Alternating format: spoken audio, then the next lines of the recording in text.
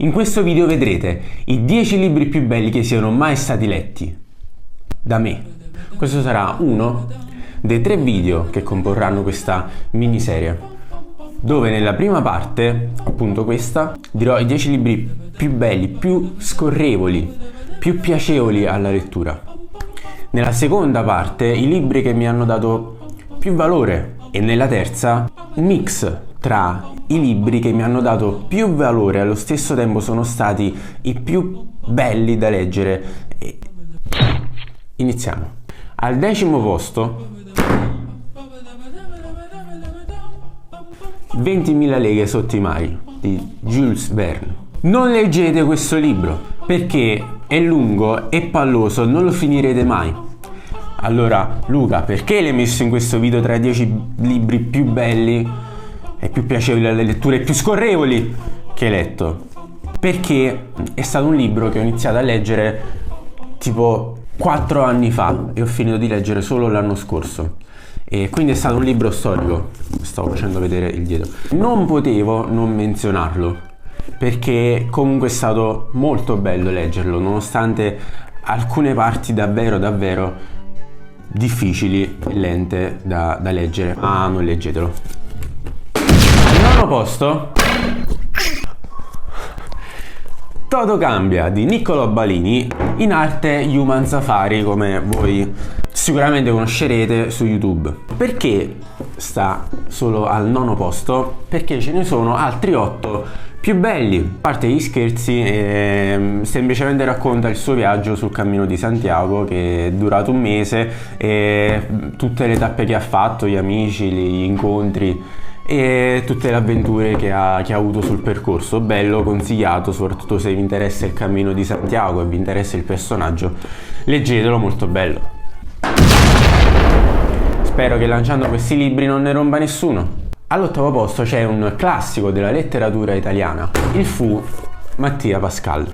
Questo libro può sembrare, dalla copertina e dall'anno in cui è stato scritto, vediamo in che anno è stato scritto, non lo so quando è stato scritto, comunque gli anni 40 del Novecento, di Luigi Pirandello. È un libro che ho letto 3 volte minimo, 3 o 4 volte, perché è veramente bello. È la storia di quest'uomo che non ce la fa più, cioè è veramente stressato dalla vita, allora all'occasione si finge morto e se ne va, si crea un'altra vita. Ovviamente è pieno di sue avventure, colpi di scena, è veramente facile leggerlo, è bello e scorrevole, e questo non voglio lanciarlo perché sarebbe irrispettoso per la cultura classica italiana. Non è vero.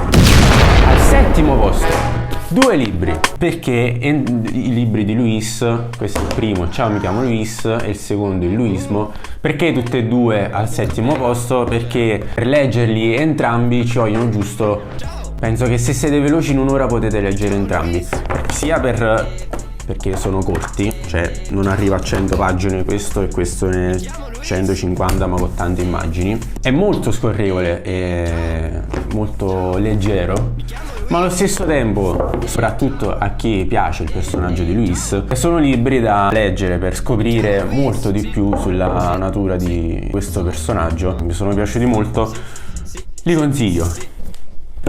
E andiamo al 6° posto, A passo d'uomo, il giro del mondo a piedi. A me personalmente piace tantissimo questo stile di viaggi e persone che compiono imprese e soprattutto giri del mondo. Ci ho pensato prima a fare un giro del mondo, ma magari più in là. Il libro bellissimo, non ha bisogno di descrizioni, perché è semplicemente un uomo, Mattia Miraglio, anche lui youtuber, non leggo solo libri di youtuber, che fa il giro del mondo con questo passeggino, veramente bello. Al 5° posto non ce l'ho perché me l'ha prestato mio cugino, però l'ho letto, facciamo finta che sia questo, Il Codice da Vinci. Penso tutti almeno di nome lo conosciate, è veramente bello, è un libro assurdo, pieno di colpi di scena, una storia assurda, è veramente ben scritta, bello. Questo non lo lancio perché mi serve dopo. Al 4° posto, Teorema Catherine Lo stesso autore di Colpa delle Stelle, che è un protagonista molto intelligente che si trova un lavoretto per l'estate con un suo amico e conoscono altre persone, storia d'amore, bellissimo, bello, questo l'ho letto così, non mi sono accorto di averlo letto, veramente bellissimo, storia bellissima, leggerissima, bello proprio. Al terzo posto, sul gradino più basso del podio, un libro che ho letto tanti anni fa, Viaggio al centro della Terra di Jules Verne, di nuovo. A parte che se vi piace Verne, penso che vi piacciono tutti o quasi i suoi libri, e questo è stato assurdo, cioè questo è capace di trasportarvi in un altro mondo. Non ho letto questo libro, questa edizione, ma un'altra che ho perso e quindi ne ho ricomprato un altro solo per averlo, e nonostante lo avessi già letto. Ma è veramente bello, è ricco di ambientazioni, ogni capitolo vi fa entrare in un mondo diverso, cioè io qua ho imparato proprio a immaginare mondi con la mia testa, non immagini, proprio mondi, bello tanto. Arriviamo al secondo posto con un libro, un'autobiografia di uno dei miei attori preferiti, che prima non era uno dei miei attori preferiti, ma leggendo il libro lo è diventato. Green Lights di Matthew McConaughey. Questo libro è stato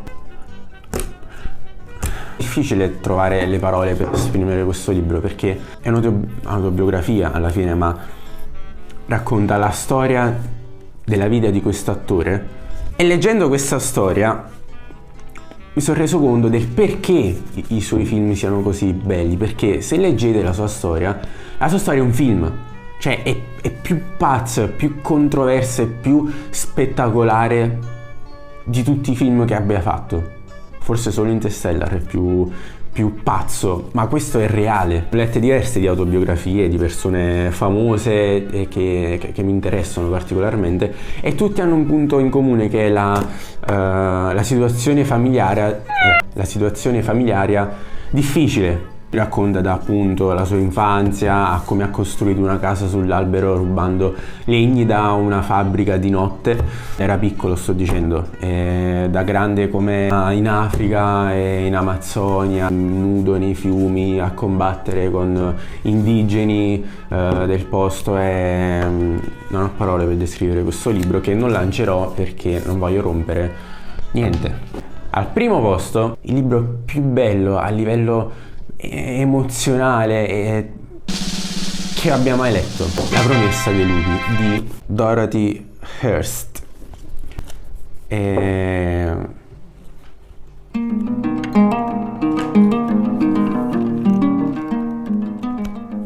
Momento malinconia. Parla di una lupa che una serie di avventure nel mondo tra lupi e umani. Questa è ambientata tipo non nella preistoria, un po' dopo. Chiara, aspetta, fammi finire di fare il video.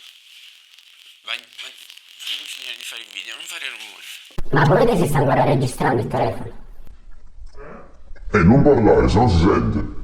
Dicevo, è il libro più bello in assoluto che abbia mai letto a livello di narrativa, perché con solo delle parole è capace di farti provare emozioni, di farti sentire odori, di farti ascoltare suoni, di farti percepire il freddo della neve o il calore dell'anima di questi animali.